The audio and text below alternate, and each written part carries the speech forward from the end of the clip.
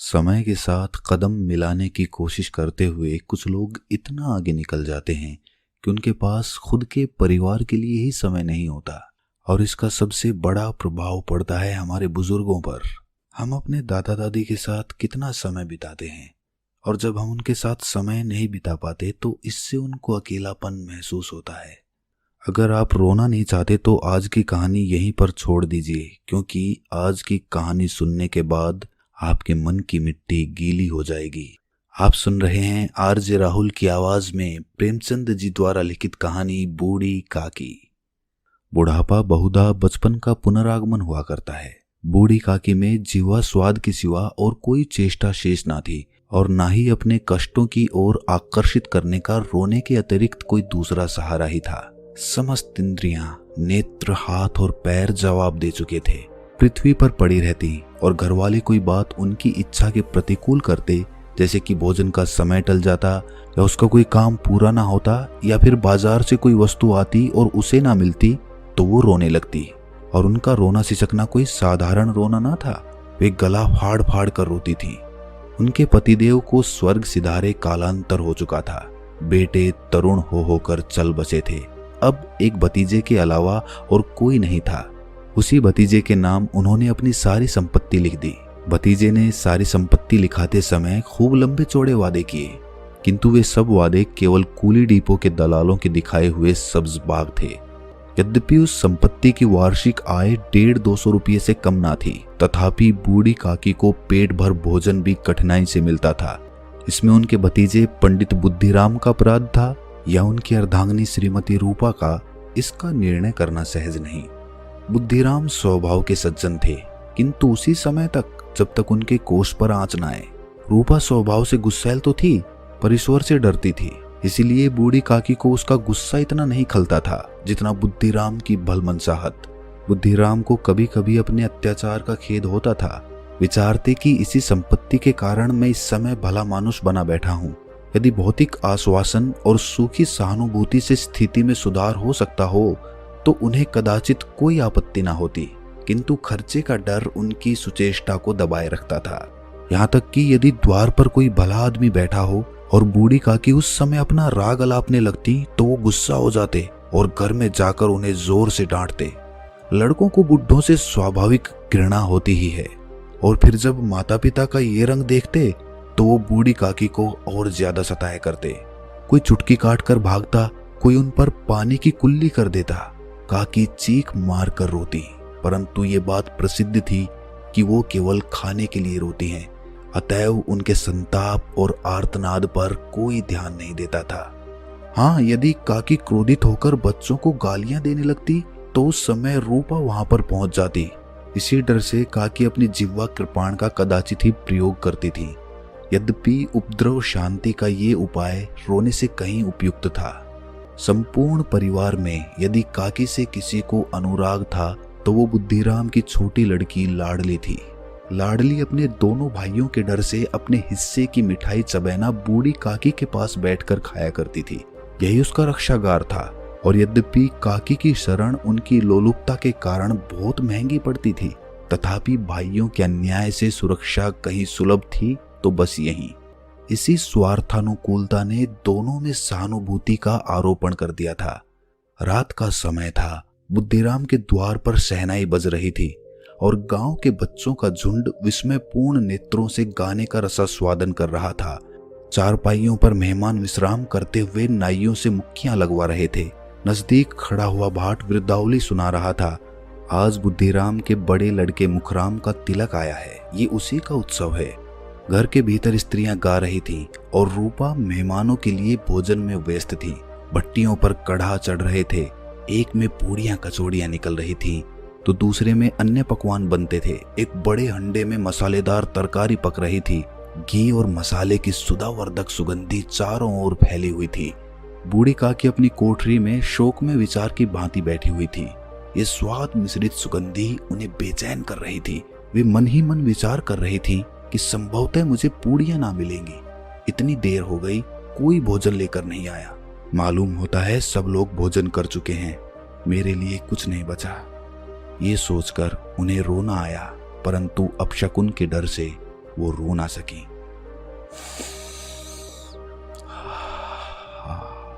कैसी सुगंधी है। अब मुझे कौन पूछता है, जब रोटियों के ही लाले पड़े हुए हैं तब ऐसा भाग्य कहाँ कि भरपेट पूड़ियां मिले। ये विचार कर उन्हें रोना आया, कलेजे में हूक सी उठने लगी, परंतु रूपा के डर से उन्होंने फिर मौन धारण कर लिया। बूढ़ी काकी देर तक इन्हीं दुखदायक विचारों में डूबी रही। घी और मसालों की सुगंध रह रहकर मन को आपे से बाहर कर देती थी। मुंह में पानी भर आता था। पूड़ियों का स्वाद स्मरण करके हृदय में गुदगुदी होने लगती थी। किसे बताऊं, आज लाडली बेटी भी यहाँ नहीं है। दोनों छोकरे सदा दिख क्या करते हैं, आज उनका भी कहीं पता नहीं। कुछ मालूम तो होता कि क्या बन रहा है। बूढ़ी काकी की कल्पना में पूड़ियों की तस्वीर नाचने लगी। खूब लाल लाल, फूली फूली, नरम नरम होंगी। रूपा ने भली भांति भोजन किया होगा। कचौड़ियों में अजवाइन और इलायची की महक आ रही थी। एक पूड़ी मिलती तो जरा हाथ में लेकर देखती। क्यों ना चलकर कढ़ा के पास ही बैठूं। पूड़ियां छन छन कर तैयार होंगी। कढ़ा से गरम गरम निकाल कर थाल में रखी जाती होंगी। फूल हम घर में भी सूंघ सकते हैं, परंतु वाटिका में कुछ और बात होती है। इस प्रकार निर्णय करके बूढ़ी काकी उकड़ू बैठकर हाथों के बल सरकती हुई बड़ी कठिनाई से चौखट से उतरी और धीरे धीरे रेंगती हुई कढ़ा के पास जा बैठी। यहाँ आने पर उन्हें उतना ही धैर्य हुआ जितना भूखे कुत्ते को खाने वाले के सम्मुख बैठने पर होता है। रूपा उस समय कार्यभार से उद्गिन हो रही थी। कभी इस कोठे में जाती, कभी उस कोठे में, कभी कढ़ा के पास जाती तो कभी भंडार में जाती। किसी ने बाहर से आकर कहा, महाराज ठंडई मांग रहे हैं। ठंडई देने लगी। इतने में फिर किसी ने आकर कहा, भाट आया है, उसे कुछ दे दो। भाट के लिए सीधा निकाल रही थी कि एक तीसरे आदमी ने आकर पूछा, अभी भोजन तैयार होने में कितना विलंब है, जरा ढोल मजीरा उतार दो।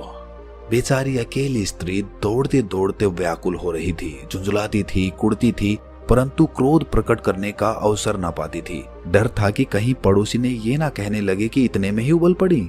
प्यास से स्वयं का कंठ सूख रहा था, गर्मी के मारे फूंकी जाती थी, परंतु इतना अवकाश ना था कि जरा पानी पी ले या फिर पंखा लेकर झले। ये भी खटका था कि जरा आंख हटी और चीजों की लूट मची। इस अवस्था में उसने बूढ़ी काकी को कढ़ा के पास बैठा देखा तो जल गई। क्रोध ना रुक सका। इसका भी ध्यान ना रहा कि पड़ोसी ने बैठी हुई हैं, मन में क्या कहेंगी, पुरुषों में लोग सुनेंगे तो क्या कहेंगे। जिस प्रकार मेंढक केंचुए पर झपटता है, उसी प्रकार वो बूढ़ी काकी पर झपटी और उन्हें दोनों हाथों से झटक कर बोली, ऐसे पेट में आग लगे, पेट है या भांड। कोठरी में बैठते हुए क्या दम घुटता था। अभी मेहमानों ने नहीं खाया, भगवान को भोग नहीं लगा, तब तक धैर्य ना हो सका।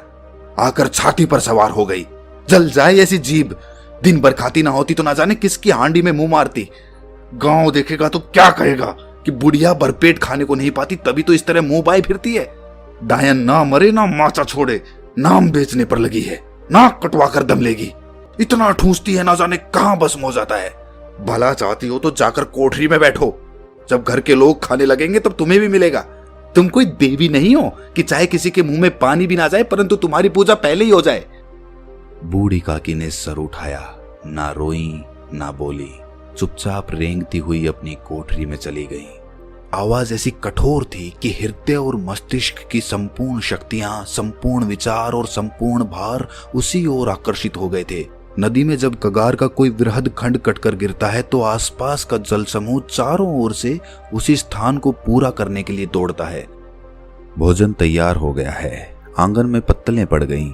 मेहमान खाने लगे। स्त्रियों ने जेवनार गीत गाना आरंभ कर दिया। मेहमानों के नाई और सेवकगण भी उसी मंडली के साथ किंतु कुछ हटकर भोजन करने बैठे थे, परंतु सभ्यतानुसार जब तक सबके सब खाना चुके हों कोई उठ नहीं सकता था। बूढ़ी काकी अपनी कोठरी में जाकर पश्चाताप कर रही थी कि मैं कहां से कहां आ गई। उन्हें रूपा पर क्रोध नहीं था, अपनी जल्दबाजी पर दुख था। सच ही तो है, जब तक मेहमान लोग भोजन ना कर चुकेंगे घर वाले कैसे खाएंगे। मुझसे इतनी भी देर ना रहा गया। सबके सामने पानी उतर गया। जब तक कोई बुलाने नहीं आएगा नहीं जाऊंगी। मन ही मन इस प्रकार का विचार करके वो बुलाने की प्रतीक्षा करने लगी, परंतु घी की रुचिकर श्वास बड़ी धैर्य परीक्षक प्रतीत हो रही थी। उन्हें एक एक पल एक एक युग के समान मालूम होता था। अब पत्तल बिछ गई होगी, अब मेहमान आ गए होंगे। लोग हाथ पैर धो रहे हैं, नाई पानी दे रहा है। मालूम होता है लोग खाने बैठ गए, जेवनार गाया जा रहा है। ये विचार कर वो मन को बहलाने के लिए लेट गई। धीरे धीरे एक गीत गुनगुनाने लगी। उन्हें मालूम हुआ कि मुझे गाते हुए बहुत देर हो गई। क्या इतनी देर तक लोग भोजन ही कर रहे होंगे? किसी की आवाज सुनाई नहीं देती। अवश्य ही लोग खा पी कर चले गए। मुझे कोई बुलाने नहीं आया। रूपा चिढ़ गई है, क्या जाने ना बुलाए। सोचती हो कि आप ही आवेंगी, वो कोई मेहमान तो है नहीं जो उन्हें बुलाऊं। बूढ़ी काकी चलने को तैयार हुई, ये विश्वास कि 1 मिनट में पूड़ियां और मसालेदार तरकारियां सामने आएंगी उनकी स्वादेंद्रियों को गुदगुदाने लगा। उन्होंने मन में तरह तरह के मंसूबे बांधे। पहले तरकारी से पूड़ियां खाऊंगी, फिर दही और शक्कर से। कचौड़ियां रायते के साथ मजेदार मालूम होंगी। चाहे कोई बुरा माने या भला, मैं तो मांग मांग कर खाऊंगी। यही ना लोग कहेंगे कि इन्हें विचार नहीं, कहा करें। इतने दिन के बाद पूड़ियां मिल रही हैं तो मुंह जूठा करके थोड़े ही उठ जाऊंगी। वो उकड़ू बैठकर सरकते हुए आंगन में आई, परंतु हाय दुर्भाग्य, अभिलाषा ने अपने पुराने स्वभाव के अनुसार समय की मिथ्या कल्पना की थी। मेहमान मंडली अभी भी बैठी हुई थी। कोई खाकर उंगलियां चाटता था तो कोई तिरछे नेत्रों से देखता था कि और लोग अभी भी खा रहे हैं या नहीं। कोई इस चिंता में था कि पत्तल पर पूड़ियां छूटी जाती हैं, किसी तरह इन्हें भीतर रख लेता। कोई दही खाकर चटखारता था, परंतु दूसरा डोना मांगते संकोच करता था कि इतने में बूढ़ी काकी रेंगती हुई उनके बीच में आ पहुंची। कई आदमी चौंक कर उठ खड़े हुए, पुकारने लगे कि अरे ये बुढ़िया कौन है, यहाँ कहां से आ गई, देखो किसी को छू ना दे। पंडित बुद्धिराम काकी को देखते ही क्रोध से तिलमिला गए। पूड़ियों का थाल लिए खड़े थे, थाल को जमीन पर पटक दिया और जिस प्रकार निर्दयी महाजन अपने किसी बेईमान और भगोड़े कर्जदार को देखते ही उसका टेटुआ पकड़ लेता है, उसी तरह लपक कर उन्होंने काकी के दोनों हाथ पकड़े और घसीटते हुए लाकर उन्हें अंधेरी कोठरी में धम से पटक दिया। आशारूपी वाटिका लू के एक झोंके में विनष्ट हो गई। मेहमानों ने भोजन किया, घर वालों ने भोजन किया, बाजे वाले धोबी चमार भी भोजन कर चुके, परंतु बूढ़ी काकी को किसी ने ना पूछा। बुद्धिराम और रूपा दोनों ही बूढ़ी काकी को उनकी निर्लज्जता के लिए दंड देने का निश्चय कर चुके थे। उनके बुढ़ापे पर, दीनता पर, हतज्ञान पर किसी को करुणा न आई थी। अकेली लाडली उनके लिए कुढ़ रही थी। लाडली को काकी से अत्यंत प्रेम था। बेचारी भोली लड़की थी, बाल विनोद और चंचलता की उसमें गंध तक ना थी। दोनों बार जब उसके माता पिता ने काकी को निर्दयता से घसीटा तो लाडली का हृदय ऐंठ कर रह गया। वो झुंझला रही थी कि हम लोग काकी को क्यों बहुत सी पूड़ियां नहीं दे देते, क्या मेहमान सबकी सब खा जाएंगे? और यदि काकी ने मेहमानों से पहले खा लिया तो क्या बिगड़ जाएगा? वो काकी के पास जाकर उन्हें धैर्य देना चाहती थी, परंतु माता के डर से नहीं जाती थी। उसने अपने हिस्से की पूड़ियां बिल्कुल ना खाई थी, अपनी गुड़िया की पिटोरी में बंद कर रखी थी। उन पूड़ियों को काकी के पास ले जाना चाहती थी। उसका हृदय अधीर हो रहा था। बूढ़ी काकी मेरी बात सुनते ही उठ बैठेंगी, पूड़ियां देखकर कैसी प्रसन्न होंगी, मुझे खूब प्यार करेंगी। रात को 11 बज गए थे। रूपा आंगन में पड़ी सो रही थी। लाडली की आंखों में नींद ना आती थी। काकी को पूड़ियां खिलाने की खुशी उसे सोने ना देती थी। उसने गुड़िया की पिटारी सामने रखी थी। जब विश्वास हो गया कि अम्मा सो रही है तो वो चुपके से उठी और विचारने लगी कि कैसे चलूं। चारों ओर अंधेरा था, केवल चूल्हों में आग चमक रही थी और चूल्हों के पास एक कुत्ता लेटा हुआ था। लाडली की दृष्टि सामने वाले नीम पर गई। उसे मालूम हुआ कि उस पर हनुमान जी बैठे हुए हैं। उनकी पूंछ, उनकी गदा वो स्पष्ट दिखलाई दे रही है। मारे डर के उसने आंखें बंद कर ली। इतने में कुत्ता उठ बैठा। लाडली को ढाढ़स हुआ। कई सोए हुए मनुष्यों के बदले एक भागता हुआ कुत्ता उसके लिए अधिक धैर्य का कारण हुआ। उसने पिटारी उठाई और बूढ़ी काकी की कोठरी की ओर चली। बूढ़ी काकी को केवल इतना स्मरण था कि किसी ने मेरे हाथ पकड़कर घसीटे। फिर ऐसा मालूम हुआ कि जैसे कोई पहाड़ पर उड़ाए लिए जा रहा हो। उनके पैर बार बार पत्थरों से टकराए। तब किसी ने उन्हें पहाड़ से पटका और वो मूर्छित हो गई। जब वो सचेत हुई तो किसी की जरा सी आहट ना मिलती थी। समझी कि सब लोग खा पी कर सो गए और उनके साथ मेरी तकदीर भी सो गई। रात कैसे कटेगी? राम, क्या खाऊं? पेट में अग्नि ददक रही है। किसी ने मेरी सुधि ना ली। क्या मेरा पेट काटने से धन जुड़ जाएगा? इन लोगों को इतनी भी दया नहीं आती। कि ना जाने बुढ़िया कब मर जाए, उसका जी क्यों दुखावे। मैं पेट की रोटियां ही तो खाती हूँ कि और कुछ खाती हूँ, और इस पर ये हाल। मैं अंधी अपाइज ठहरी, ना कुछ सुनूं ना बूझूं। यदि आंगन में चली गई तो क्या बुद्धिराम से इतना कहते ना बनता था कि काकी अभी लोग खाना खा रहे हैं, फिर आ जाना। मुझे घसीटा, पटका। उन्हीं पूड़ियों के लिए रूपा ने सबके सामने गालियां दी। उन्हीं पूड़ियों के लिए इतनी दुर्गति करने पर भी उनका पत्थर का कलेजा ना पसीजा। सबको खिलाया, मेरी बात तक ना पूछी। जब तभी ना दी तो अब क्या देंगे।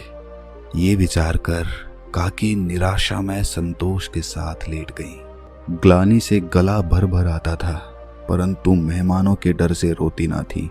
सहसा कानों में आवाज आई, काकी उठो, मैं पूड़ियां लाई हूं। काकी ने लाडली की बोली पहचानी, चटपट उठ बैठी, दोनों हाथों से लाडली को टटोला और उसे गोद में बिठा लिया। लाडली ने पूड़ियां निकाल कर दी। काकी ने पूछा, क्या तुम्हारी अम्मा ने दी है? लाडली ने कहा कि नहीं काकी, ये मेरे हिस्से की हैं। काकी पूड़ियों पर टूट पड़ी। 5 मिनट में पिटारी खाली हो गई। लाडली ने पूछा, काकी पेट भर गया? जैसे थोड़ी सी वर्षा ठंडक के स्थान पर और भी गर्मी पैदा कर देती है, उसी भांति इन थोड़ी सी पूड़ियों ने काकी की क्षुधा और इच्छा को और अधिक उत्तेजित कर दिया था। बोली, नहीं बेटी, जाकर अम्मा से और मांग लाओ। लाडली ने कहा कि अम्मा सोती हैं, जगाऊंगी तो मारेंगी। काकी ने पिटारी को फिर टटोला, उसमें कुछ खुरचन गिरी थी। बार बार होंठ चाटती थी, चटखारे भरती थी। हृदय महसूस रहा था कि और पूड़ियां कैसे पाऊं। संतोष सेतु जब टूट जाता है तब इच्छा का बहाव अपरिमित हो जाता है। मतवालों को मद का स्मरण करना उन्हें मदांध बनाता है। काकी का अधीर मन इच्छाओं के प्रबल प्रवाह में बह गया। उचित और अनुचित का विचार जाता रहा। वे कुछ देर तक उस इच्छा को रोकती रहीं। सहसा लाडली से बोली, मेरा हाथ पकड़कर वहां ले चलो जहां मेहमानों ने बैठकर भोजन किया था। लाडली उनका अभिप्राय समझ ना सकी। उसने काकी का हाथ पकड़ा और ले जाकर झूठे पत्तलों के पास बिठा दिया। दीन, सुधातुर, हतज्ञान बुढ़िया पत्तलों से पूड़ियों के टुकड़े चुन चुन कर उनका भक्षण करने लगी। हो, दही कितना स्वादिष्ट था, कचौड़ियां कितनी सलोनी, खस्ता कितने सुकोमल। काकी बुद्धिहीन होते हुए भी इतना जानती थी कि मैं वो काम कर रही हूँ जो मुझे कदापि ना करना चाहिए। मैं दूसरों की झूठी पत्तल चाट रही हूँ। परंतु बुढ़ापा तृष्णा रोग का अंतिम समय है जब संपूर्ण इच्छाएं एक ही केंद्र पर आ लगती हैं। बूढ़ी काकी में वो केंद्र उनकी स्वादेंद्रियां थी। ठीक उसी समय रूपा की आंख खुली। उसे मालूम हुआ कि लाडली मेरे पास नहीं है। वो चौंकी, चारपाई के इधर उधर ताकने लगी कि कहीं नीचे तो नहीं गिर पड़ी। उसे वहां ना पाकर वो उठी तो क्या देखती है कि लाडली झूठे पत्तलों के पास चुपचाप खड़ी है और बूढ़ी काकी पत्तलों पर से पूड़ियों के टुकड़े उठा उठा कर खा रही है। रूपा का हृदय सन्न हो गया। किसी गाय की गर्दन पर छुरी चलते देखकर जो अवस्था उसकी होती वही उस समय हुई। एक ब्राह्मणी दूसरों की झूठी पत्तल टटोले, इससे अधिक शोक में दृश्य असंभव था। पूड़ियों के कुछ ग्रासों के लिए उसकी चचेरी सास ऐसा घटिया कर्म कर रही है। ये वो दृश्य था जिसे देखकर देखने वालों के हृदय कांप उठते हैं। ऐसा प्रतीत होता है मानो जमीन रुक गई, आसमान चक्कर खा रहा है, संसार पर कोई आपत्ति आने वाली है। रूपा को क्रोध न आया। शोक के सम्मुख क्रोध कहाँ, करुणा और डर से उसकी आंखें भर आईं। इस अधर्म का भागी कौन है? उसने सच्चे हृदय से गगन मंडल की ओर हाथ उठाकर कहा, परमात्मा मेरे बच्चों पर दया करो, इस अधर्म का दंड मुझे मत दो, नहीं तो मेरा सत्यानाश हो जाएगा। रूपा को अपनी स्वार्थपरता और अन्याय इस प्रकार प्रत्यक्ष रूप में कभी ना दिख पड़े थे। वो सोचने लगी कि हाय कितनी निर्दयी हूं मैं, जिसकी संपत्ति से मुझे 200 रुपये आय हो रही है, उसकी ये दुर्गति, वो भी मेरे कारण। हे दयामय भगवान, मुझसे बड़ी भारी चूक हो गई है, मुझे क्षमा कर दो। आज मेरे बेटे का तिलक था। सैकड़ों मनुष्यों ने भोजन पाया, मैं उनके इशारों की दासी बनी रही, अपने नाम के लिए सैकड़ों रुपये खर्च कर दिए, लेकिन जिसकी बदौलत हजारों रुपये कमाए उसे इस उत्सव में भी भरपेट भोजन न दे सकी, केवल इसी कारण तो कि वो वृद्धा असहाय है। रूपा ने दिया जलाया, अपने भंडार का द्वार खोला और एक थाली में संपूर्ण सामग्रियां सजाकर बूढ़ी काकी की ओर चली। आधी रात जा चुकी थी। आकाश पर तारों के थाल सजे हुए थे और उन पर बैठे हुए देवगण स्वर्गीय पदार्थ सजा रहे थे, परंतु उसमें किसी को वो परमानंद प्राप्त ना हो सकता था जो बूढ़ी काकी को अपने सम्मुख थाल देखकर प्राप्त हुआ। रूपा ने कंठारुद्ध स्वर में कहा, काकी उठो, भोजन कर लो। मुझसे आज बड़ी भूल हुई, उसका बुरा मत मानना। परमात्मा से प्रार्थना कर दो कि वो मेरा ये अपराध क्षमा कर दे। भोले भाले बच्चों की भांति जो मिठाइयां पाकर मार और तिरस्कार सब भूल जाता है, बूढ़ी काकी वैसे ही सब भुलाकर बैठी हुई खाना खा रही थी। उसके एक एक रोए से सच्ची सदिच्छाएं निकल रही थीं और रूपा बैठी स्वर्गीय दृश्य का आनंद लेने में निमग्न थी।